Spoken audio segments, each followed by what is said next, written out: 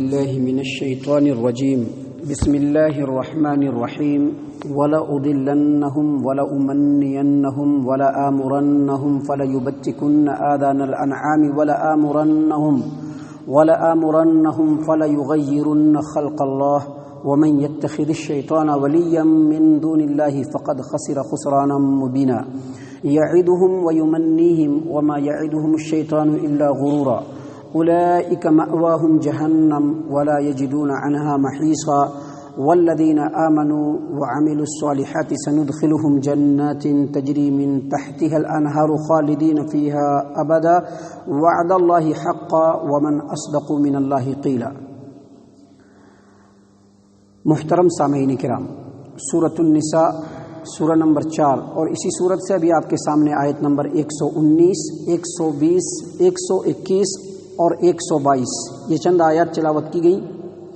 معزز سامعین کرام، یہ جو چند آیات ہیں ان کا تعلق پچھلی آیات سے ہے جو کل درس میں ہم نے آپ کے سامنے پیش کیا تھا، جس میں اللہ تبارک و تعالیٰ نے بڑی وضاحت کے ساتھ یہ بات بیان فرمائی کہ اللہ تبارک و تعالیٰ تمام گناہوں کو معاف کر دے گا لیکن شرک کو کبھی بھی نہیں معاف کرے گا، اور ساتھ ہی ساتھ اللہ تبارک و تعالیٰ نے یہ بھی فرمایا کہ شرک کے تمام رستے انسانوں کو شیطان ہی دکھلاتا ہے، کیونکہ اس نے اللہ تبارک و تعالیٰ سے وعدہ کر کے رکھا ہے کہ انسانوں اور جناتوں کے ایک بڑے حصے کو وہ اللہ تبارک و تعالیٰ کے غیظ و غضب میں ڈال دے گا اور جہنم کا ایندھن بنا دے گا۔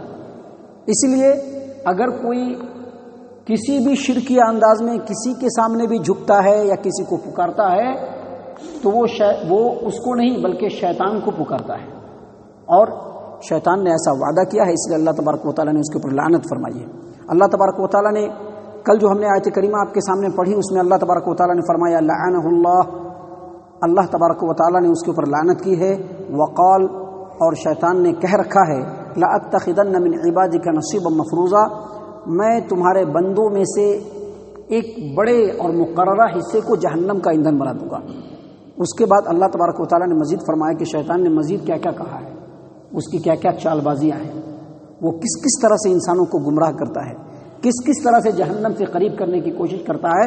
اللہ تبارک و تعالیٰ نے آگے فرمایا وَلَأُضِلَّنَّهُمْ، اور شیطان نے کہہ رکھا ہے کہ میں انسانوں کو گمراہ کر کے ہی چھوڑوں گا۔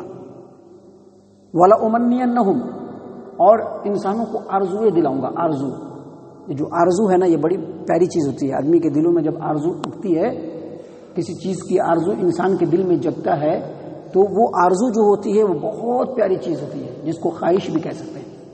انسان کے دلوں میں جھوٹی آرزویں دلاتا ہے۔ مثال کے طور پر یہودیوں کو آرزو دلا دیا تھا، کیا آرزو دلایا؟ یہودیوں کے دل میں یہ خیال تھا، ان کی یہ سوچ تھی کہ چونکہ وہ اللہ تبارک و تعالیٰ کے نبیوں کے اولاد میں سے ہیں، اسی لیے جہنم کی آگ صرف چند دن ان کو چھوئے گی، جہنم کی آگ ان کو نہیں چھو سکتی ہے۔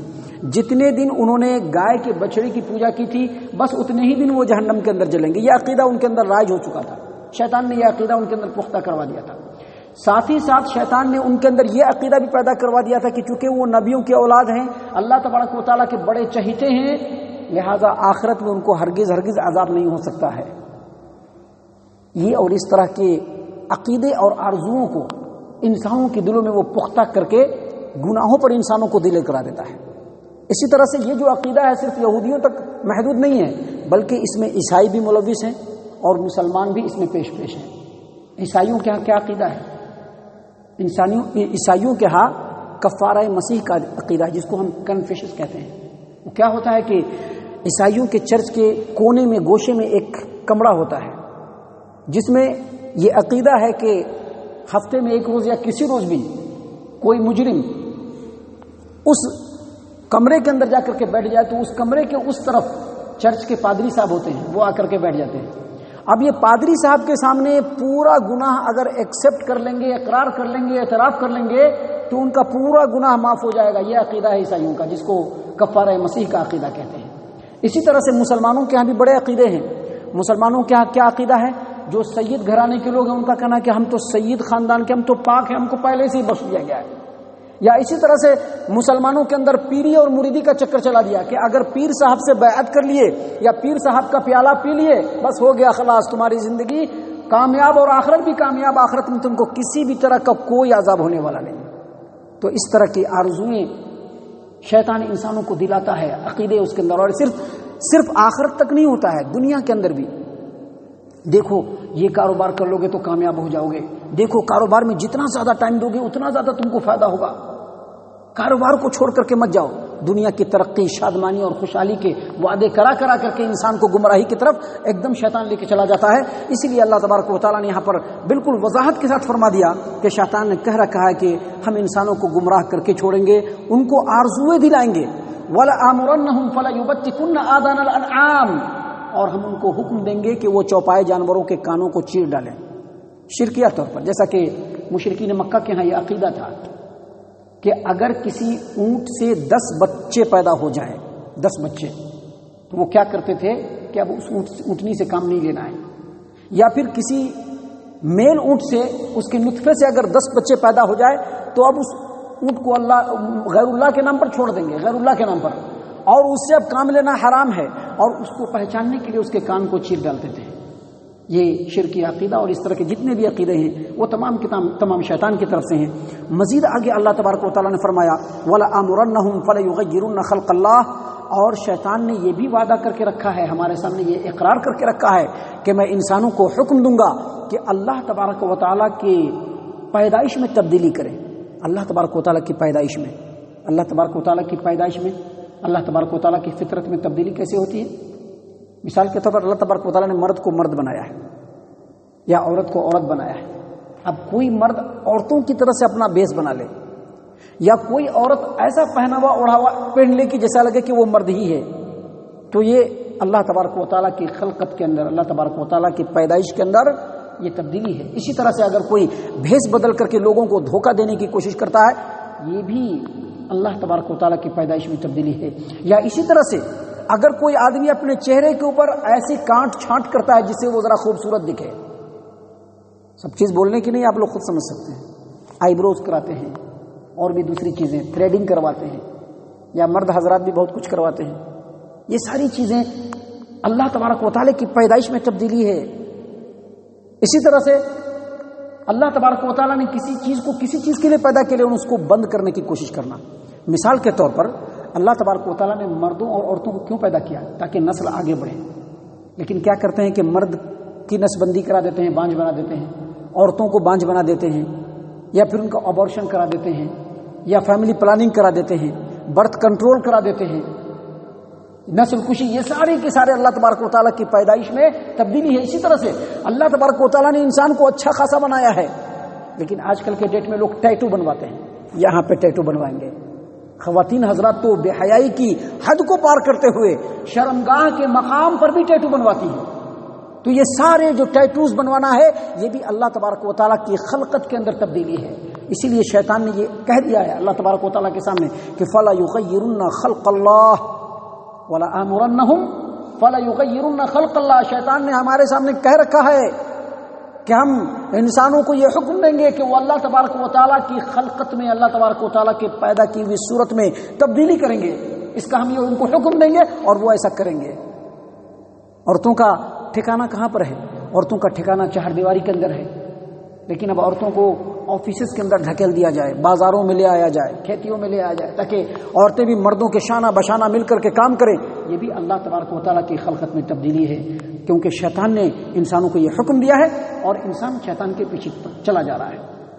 تو اللہ تبارک و تعالیٰ نے یہاں پر وضاحت فرمائی، اور اس کے بعد اللہ تبارک و تعالیٰ نے بیان فرمایا وَمَن يَتَّخِذِ الشَّيْطَانَ وَلِيًّا مِّن دُونِ اللَّهِ فَقَدْ خَسِرَ خُسْرَانًا مُّبِينًا۔ جس نے اللہ تبارک و تعالیٰ کو چھوڑ کر شیطانوں کو اپنا سرپرست بنا لیا تو وہ کھلم کھلا نقصان اٹھانے والوں میں سے ہو گیا۔ فقد خسر خسرانا مبینا۔ اور آگے مزید اللہ تبارک و تعالیٰ فرماتے ہیں یعدہم ویمنیہم وما یعدہم الشیطان الا غرورا اولئک مأواہم جہنم ولا یجدون عنہا محیصا۔ شیطان جو ہے انسانوں سے وعدہ کرتا ہے، ان کو آرزو دلاتا ہے، جیسا کہ ہم نے بتلایا نا کہ ابھی آرزو دلاتا ہے، ویسے ہی آرزو دلاتا ہے۔ آرزو کیا دلاتا ہے؟ ابھی دیکھیے توحید پرست لوگ ہیں نا، ان کے دلوں میں ایک آرزو ہے۔ کیا آرزو ہے؟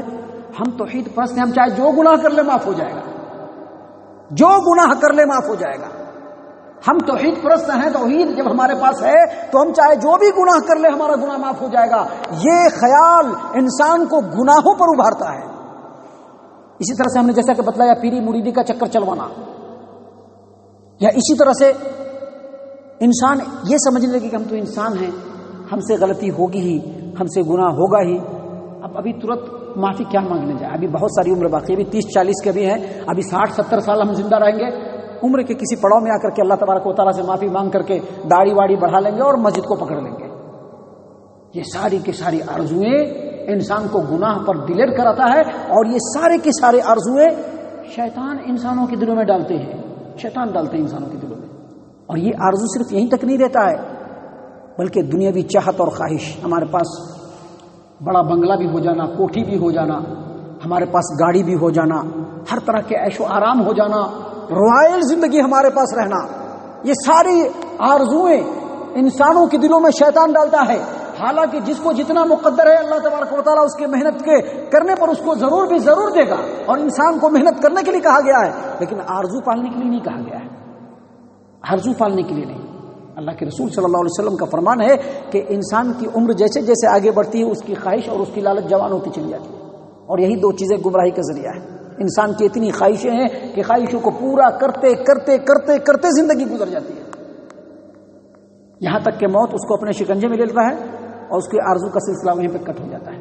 شاعر نے بھی کہہ دیا ہے کہ ہزاروں خواہشیں ایسی کہ ہر خواہش پہ دم نکلے، بہت نکلے میرے ارمان دل کے پھر بھی کم نکلے. کوئی بھی انسان دنیا میں اپنی آرزوؤں کو کمپلیٹ نہیں کر پاتا ہے. آرزویں تو بڑی بڑی ہوتی ہیں، لیکن انسان کی عمر محدود ہے. اس عمر کو اللہ تبارک و تعالیٰ نے اس لیے دیا ہے کہ شیطان کے ہتھ کنڈے سے بچے اور اللہ تبارک و تعالیٰ کو راضی کرنے کی کوشش کرے.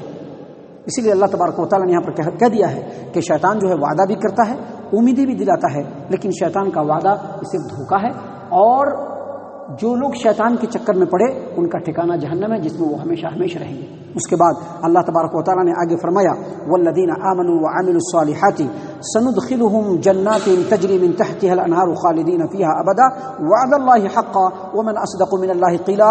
اور وہ لوگ جو ایمان لائے اور نیک اعمال انجام دیے، ان قریب ہم ان کو ایسی جنتوں کے اندر ڈالیں گے جس کے نیچے نہریں بہ رہی ہیں، جس میں وہ ہمیشہ ہمیشہ رہیں گے، اور اللہ تبارک و تعالیٰ کا وعدہ سچا ہے.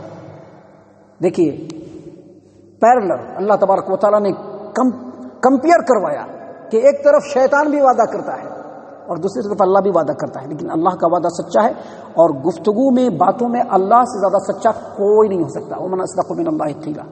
یہاں پر دراصل اللہ تبارک و تعالیٰ کی سنت اور طریقہ ہے کہ جب بھی اللہ تبارک و تعالیٰ کسی چیز سے بندوں کو ڈراتے ہیں تو وہیں پر خوشخبری کی راہ بھی دکھلا دیتے ہیں، یا کہیں پر خوشخبری کی راہ دکھلاتے ہیں تو وہاں پر اللہ تبارک و تعالیٰ بندوں کو گمراہی کی راہ بھی دکھلا دیتے ہیں.